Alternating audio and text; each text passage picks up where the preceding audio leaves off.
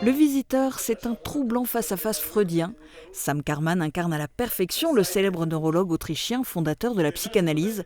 L'histoire se passe à Vienne en 1938. Face à la montée du nazisme, et malgré l'insistance de sa fille, Sigmund Freud ne veut pas fuir.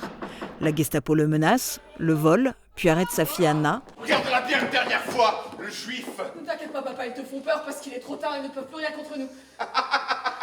Elle est laide, mais elle se croit intelligente. Tu as vraiment bien réussi ta fille, le juif.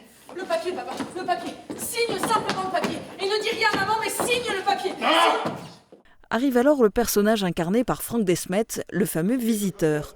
Mais qui est-il? Un fou? Un rêve de Freud? Une projection de son inconscient? L'incarnation de Dieu? Ce serait le comble pour cet athée forcené. Mais comme le dit si bien Eric Emmanuel Schmitt, Dieu et Freud doivent avoir énormément de choses à se dire puisqu'ils ne sont d'accord sur rien. Que venez-vous faire ici? Il n'y a plus d'argent, vous arrivez trop tard. Je vous préférais lorsque vous posiez des questions. Qui êtes-vous? Qui êtes-vous? Vous ne me croiriez pas. Et ce n'est pas ce jouet qui vous y aidera. Causons, voulez-vous?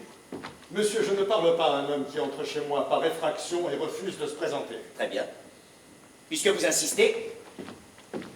Libre au spectateur de se forger sa propre opinion, c'est la force de l'auteur qui se consacre entièrement à l'écriture depuis 1994, après avoir mis fin à sa carrière d'enseignant universitaire suite au succès français puis international de cette pièce, Le Visiteur. Pourquoi viendriez-vous sinon?